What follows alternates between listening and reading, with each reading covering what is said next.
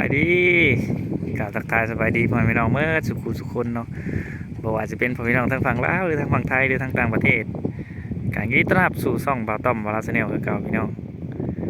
มื้อนี้กับบ่าวต้อมกับสิมาดุดดินเนาะพี่น้องเนาะซึ่งว่ากองดินบ่าวต้อมถอกไปโดนเติบเลยพี่น้องเนาะประมาณ 2-3 เดือนกองดิน6กองบ่าวต้อมนัดกับรถพอร์ตเพิ่นเอากองละแสนซึ่งเป็นเงินบาทกับกอง150 บาทแม่นแล้วพี่น้องกองละ150 บาทแพงบ่หรือถูกพี่น้องตอนนี้กำลังท่ารถพอร์ตเพิ่นมาต้อมกากันมาฮอดเพิ่นเฮ็ดแล้วเลยเฮือน2หลังดินนี่แม่นสิเป็นดินจัดสรรพี่น้อง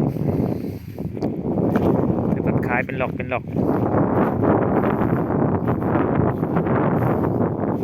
ก็บ่ได้กว้างบ่ได้ดอกพี่น้องใส่ดิน6กองกันน่ะสิบ่พอก็สิเอามาตึกพี่น้องเพราะว่าใส่เบื้องหน้าก่อนเบื้องสิมาดุดแปลงปลาไว้ได้ครับถ้าว่าวางได้เงินได้คำก็สิมาเฮ็ดตู้ปลาไว้หยังพี่น้องเฮ็ดตู้เฮ็ดหัวเสียดหัวก่อนแหละเนาะพี่น้องเนาะเสียดหัวปลูกต้นไม้ไว้ก่อนเพราะว่ามื้อหน้าถ้ามีเงินมีคำก็สิได้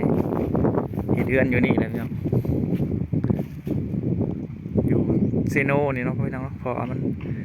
ใกล้กับบ่อนบ่ต้อมอยู่เนี่ยค่ายทหารเดี๋ยวทารถพอร์ตเพิ่นมาจักหน่อยเขตดินก็ประมาณนี้นะเพิ่นถือว่าประมาณ20ตักดินทารถพอร์ตเพิ่นมาจักหน่อยโทรหาเพิ่นแล้วเพิ่นว่ายังดุดดินทั้งหน้าพี่น้องนะจักหน่อยสิเข้ามาบ่ต้อมก็เลยถาเพิ่นอยู่นี่โทรหา2เทื่อแล้วเนาะยังบ่เห็นนั่งรออีกจังหน่อยเพิ่นว่าประมาณ3:30เด้อว่ะตอนนี้4 โมงแล้วพี่น้องบ่ต้องมาท่าโดนเติมแล้วเดี๋ยวถ่ายอีกจังหน่อยก่อนเพื่อนแท้นะเขาเฮ็ดเองเด้อพี่น้องเนาะเราต้อมก็น่าสิเฮ็ดเองนะพี่น้องแต่ว่าเสียหัวไว้ก่อนพี่น้องเบิ่งเงินเบิ่งคำก่อนหาเงินได้ถ้าว่าได้เงิน YouTube ยังก็สิเก็บสิโฮมสิมาเฮ็ดเฮือนอยู่นี่พี่น้องดินก็กว้างประมาณ20x30นี่แหละหรือว่า19x20บ่ต้องกับแทงบ่ต้องลืมเนาะว่าเท่าใดเดี๋ยวมื้อหน้าจังสิเปิดเบิ่งไว้ตะดินรถกำลังมาพี่น้อง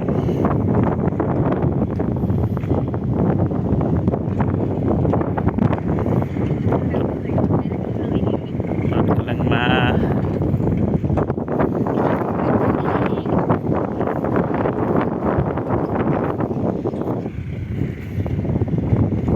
พอร์ตมาแล้ว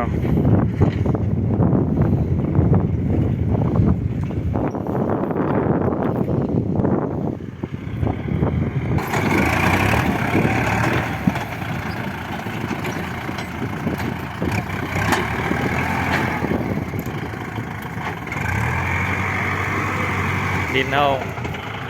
เฮาลงแต่โดนแล้วมันจะแข็งพี่น้องไปไถก่อนพี่น้องเนาะ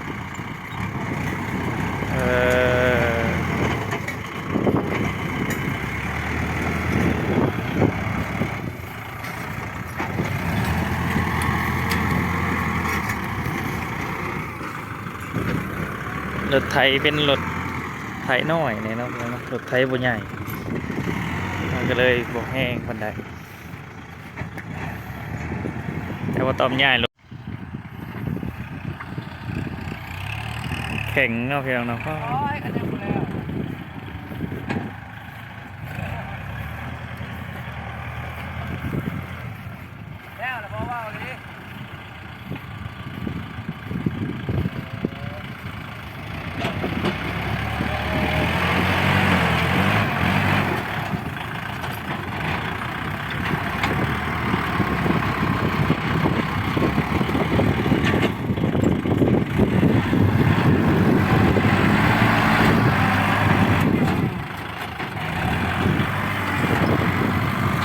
บ่ต้อมปะดนพอพี่น้องเนาะ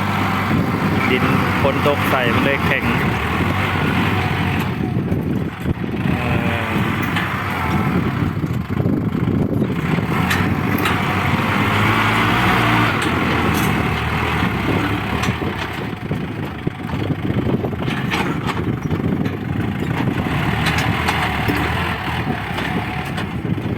รถน้อยไม่อยากแห้งนั่นนั่นรถปั่น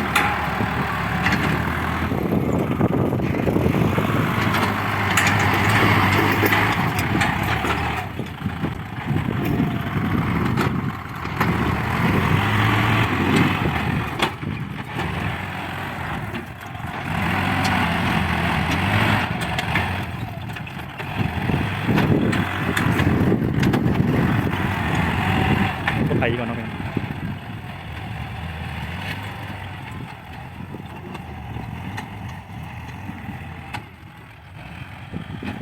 มาเบิ่งน้ำกันพี่น้อง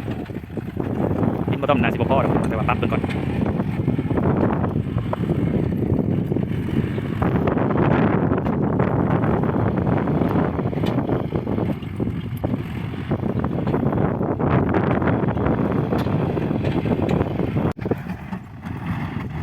เป็นหมดยัง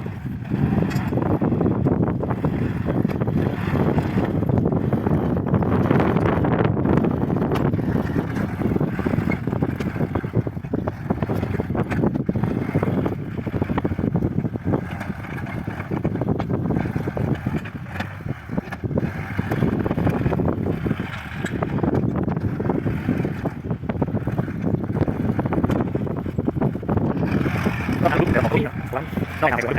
ไม่ทำอะไรเลยที่ผมว่าคนทำคนทำผู้ใหญ่ทำกันนะ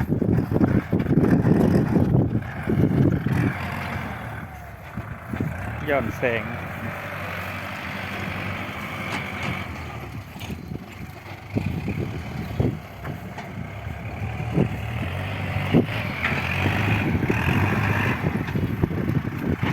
มีแฟนว่าสิปลุกตูบก่อนพี่น้องเนาะปลุกตูบพอยามบ่ต้มมาการมายังพอได้มาผักกินข้าวกินน้ำอยู่นี่ไก่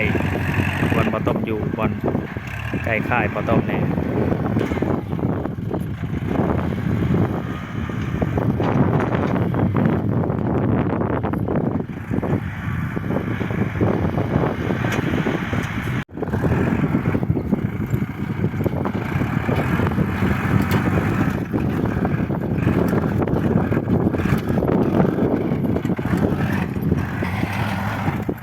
ไปยังไงไปก่อนนะครับเนี่ยโอเคเดี๋ยว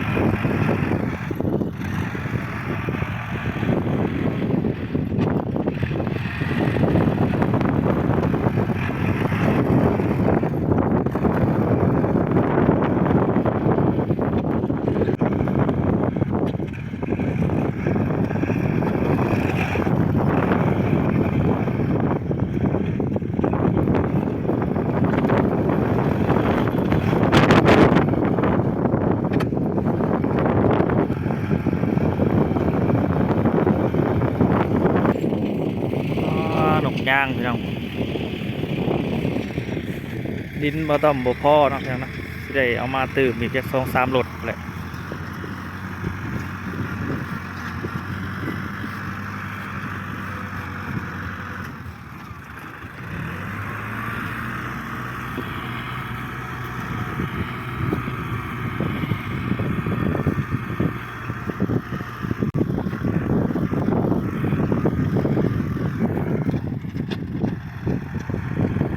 เฮ็ดครับยอดเรียก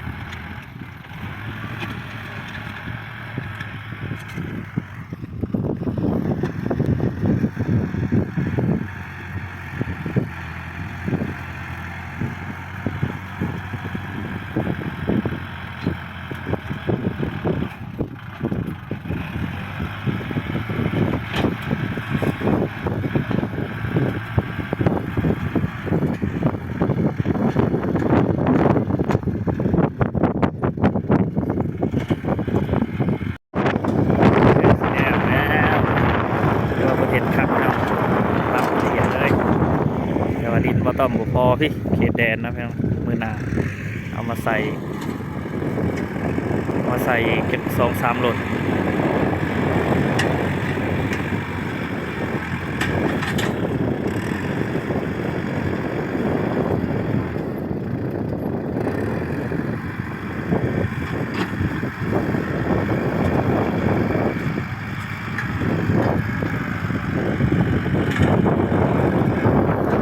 จะเป็นเรื่องสต๊อกดินครับ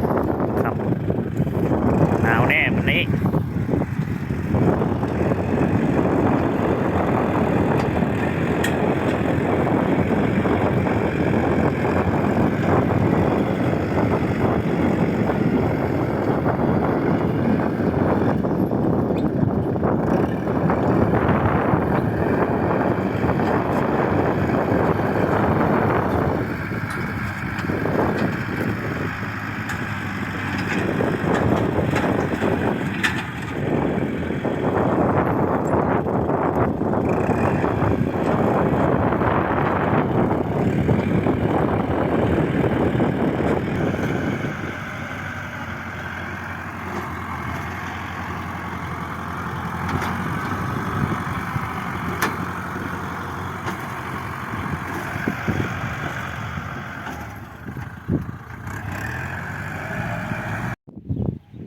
แล้วสำเร็จพี่น้องบ่พอซ้ำพี่น้องเอ้ยดิน6รถตามอย่างเนาะตอนหน้าว่าต้องมาถม6รถถ้าว่าสิดุดให้มันอันนั้นร้ายก็ยามันต่ำโพดเนาะพี่น้องเนาะก็เลยประมาณ20นี่แหละประมาณ20เซนเขตแดนอยู่พี่น้องบ่ต้องเลยดุดแต่ภาคเบื้องหน้าก่อนเนี่ยเบิ่งอีกก่อนเพิ่นก็อยากให้ส่งให้อยู่พี่น้องเนาะรถ3,500,000ดุดให้พร้อมพี่น้องเพิ่นว่าคือว่ารถ5เม็ดก้อนตัวบ่ต้องมาถอก6รถน่ะ10เม็ดก้อนพี่น้องพอซ้ำได้แต่ซ้ำนี้ดินอยู่นี่บ่ต้องบ่ได้ดุดคุ้งบ่ได้พี่น้องเนาะเพราะว่ามื้อหน้าเฮ็ดกำแพงแล้วก็เฮาจังค่อยถมมาก็ได้จังค่อยถมค่อยเคลียร์มาก็ได้พี่น้องมันก็ค่อยเจือนมาเองถ้าเฮาถมกายมาหลายมันก็สิไปใส่ดินเพิ่นเนาะพี่น้องอันนี้เลยพี่น้องคือเพิ่นก็ปรับให้งามๆเลยละเอียด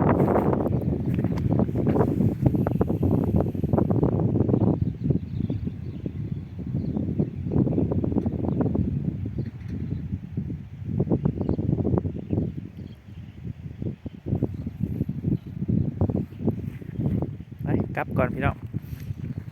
สำหรับคลิปนี้ก็ประมาณนี้เลยพี่น้องเนาะ